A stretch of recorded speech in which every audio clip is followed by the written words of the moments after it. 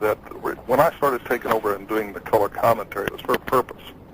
The purpose was that I wanted to explain to the fans at home what the wrestler was actually going through when they were out there. And it's something that is totally foreign to them today because they don't ever talk about what's happening in the ring today. That's almost a taboo. They think, see, you've got to understand that what's out there today is a cartoon that's come to life, whereas it was a different era then. We were saying that it was an athletic endeavor, and so I wanted the fans to emote and understand what the wrestler was feeling. And so who better could describe that than somebody who had wrestled? But my goal was always to get myself out of the ring and to get myself off the television. And so basically speaking, as years went by, I was on TV less and less and less.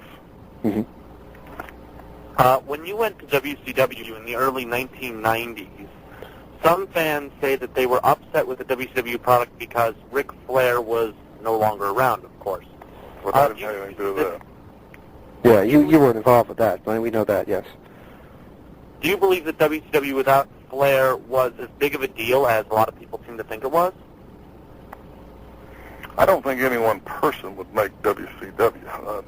I don't think that was their problem at all. I think their problem was that they'd spent like $30,000, which was a lot of money back then.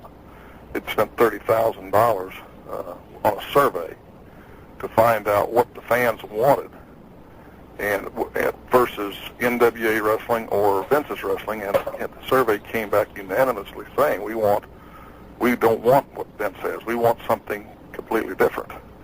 And so they took that study that they'd used that $30,000 to do and ignored it. And instead they started trying to copy Vince. Well, you're not. I don't care what. Vince is a genius in his own right, so you're certainly not going to out-innovate the innovator of his own system.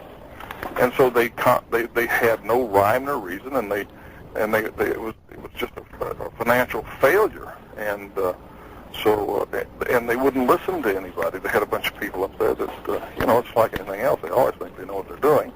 And even if they don't know what they're doing, they're going to say they do just because they'd much rather be in power than to have somebody successful helping them. So that was what would happen at Turner Broadcasting, is that they just let it go, go crazy, kind of speak, and it had a little direction, and and it showed. And so they were losing like $8 million a year then. So when they brought me in, they asked me if I could bring it in at under an $8 million a year loss, and I said, good gosh, I hope so. And as a matter of fact, in 11 months, we brought it in at a $400,000 loss, and couldn't even get an accommodation from the boss upstairs because he was in his politics too. So, I always operated everywhere I ran. I believed you had to have a bottom line. I mean, in other words, why be in business if you don't have a bottom line? That's what you're in business for. And so I ran every business I was ever in as a business. Was it your idea to stop the whole jumping off the top rope thing in WCW, or was that something over your head? It was my idea. It was my idea. Why? Well, how old are you? Not really. I'm about 18 now. Yeah, that's right. You're 18 now? 18. Well, I doubt if you would understand what I would say then, but here was your theory of being a villain. If you were going to be a villain, you had to cheat in order to beat the babyface. If you could walk out into the ring and beat the babyface head on, then you ought to be the babyface. So when you're jumping off the top rope, there's no heat to it because you're not breaking any rules. So by making it illegal, then if you jump off the top rope without getting caught and beat the babyface, you have gotten what we call heat. And so it was really a good idea. Perfect sense. Totally good. Perfect sense. Yeah, and it did. And so we were not trying to get away with people doing high-risk maneuvering moves. My gosh, we're not insane. We were strictly going to put it back in the context that the move had to mean something, which, if you look at today, my gosh, they powerbomb women through chairs and stuff, and the girl gets up and walks away. Now, see that? You guys have been retrained to that, so it can never go back the other way.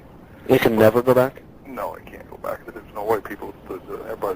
The audience has been retrained into today. I don't think anybody could afford the time that you'd need to retrain the audience, so to speak. But anyway, bottom line is that today nothing means anything. There's not a move out there. You got to realize that even when we changed the world's title to Ron Simmons in Baltimore, which was a very tough market, there were people in the audience crying because we caught them so off balance. They didn't understand. They didn't know what we were going to do. Well, you go to the matches today, you pretty well know who's going to win what. And you certainly know no major title's going to change hands unless it's WrestleMania or something like that. You know, I mean, it's ludicrous. I mean, so why would you go to Madison Square Garden? Because you're not going to see anything happen. And that's a crying shame because that was the mecca of wrestling. I mean, I think you should always have the mecca of wrestling where there's major title changes and stuff. So one thing about when you went to a Mid-South event, you never knew what was going to happen, but you knew one thing, that you weren't going to figure it, and it was going to be exciting, and you were going to have more than your money's worth. Well, that's a good theory about everything, and actually you mentioned Ron Simmons, and let me warn you, I hate to give you these questions. I'm not a negative person. But I sat down last year on the WWE tour bus with Ron Simmons for about 15 minutes, and first of all, let me tell you that he was pretty well schnockered. Yeah, I've heard, he has substance abuse problems. Well, he was pretty out there when I was doing the interview, and we were doing a little thing we do at the end of some interviews when I said word associations, and one of the names was Bill Watts. And his response was, racist, and I have nothing nice to say about him. Well, you know that there's an old, nothing changes really. When you can't carry the load, how many people are honest enough to blame themselves? Not many. Not many. And bless his heart, he was put into an awesome position. And Ron Simmons knows that when we did the drug testing, he knows whether or not he passed the drug test. And he knows whether or not he let down everybody. I'm not saying that. That's between him and himself, but he knows. And he knows I wasn't a racist. See, that is such a cheap, nothing happened deal. It's just, play the race card. If I was Ron Simmons, that's what I would really want to be known for, playing the race card to blame why I was a flop. That, unfortunately, is something that I've heard from you, or about you, is that you are a racist. Now, obviously, I don't believe that, but... Let's look at my record, all right? Right. Who created more black wrestling stars that were true stars and not just tokens than any other promoter in the business? Yourself. Who had the only black booker in the business? Yourself. Who had, even when at WCW, had a black office manager, not because she was black, but because she was the best. So, that doesn't really, again, that's somebody looking for something to try to create a bunch of crap, because it just doesn't hold up. It doesn't fly. Where do you think it comes from? Where do you think it resonates from? Ignorance. Ignorance? Well, sure it comes from ignorance. Where does all stuff like that come from? It comes from ignorance. You can't be intelligent and believe something like that. Ask Ernie Ladd. Go ask Ernie Ladd if I'm a racist. You're right. You think he might know? I think he might have an idea. I think he might know. Do you think that if Ernie Ladd at 6'9" and 325 is racist, that he would also love me as his brother? Right. You see, so it gets down to the point where people are creating stuff for their own self. Again, what's their payoff? You mentioned a few minutes ago about it never going back, and one of the other things that I think is damaging the business is how open it is, how everybody knows everything about the personal lives of the wrestlers. What do you think of the, for lack of a better term, death of kayfabe? Well, to me, I think it didn't do anything good. It's kind of like I told the guy, the bosses at WCW, John Wayne, we know, doesn't kill the Indians. Right. But he doesn't ride off in the sunset with them either. And so you're a fan. Right. Let me ask you, you see, if there's no mystery, what's the excitement? Let me give you, for instance, my wife wanted me to go see Titanic.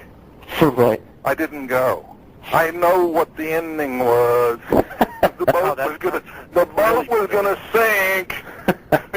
So, what I want to be, if I'm going to be entertained, I don't want to have it figured before I get there. Whether it's a movie anything, the movies that catch me that I love, the movies that I love that have great memories that I'd watch again are the movies where they were executed well enough and that the finish, or whatever you want to call it, was a surprise to me. Just out of curiosity, what is one of those movies? Oh, I love Shane. Shane. Now, Shane to me was one of the classics that really showed you how you ought to build an issue between a babyface and a heel. Mm-hmm.